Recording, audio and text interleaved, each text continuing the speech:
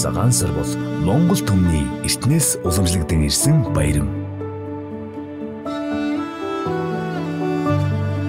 Ахмадаа хөндлөж, амжилт, аз жаргалын өрөөлөө бэлгэлэх энэ сайхан уламжлал бол бидний сэтгэлийн холбоо, зан заншлын дархлаа юм.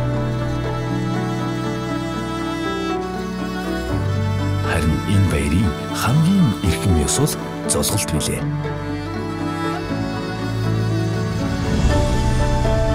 Өвгдийнхөө ингэрт гараа зөрүүлэн тулж та амар байна уу хэмээн асуухад хүндлэл, хайр, эх оромж ухаанд өв соёл шингэсэн байдаг нь юутай гайхалтай.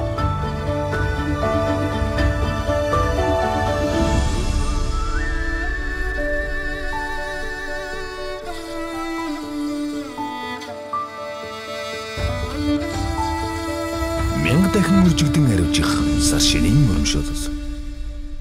Дээдлэн золгоё.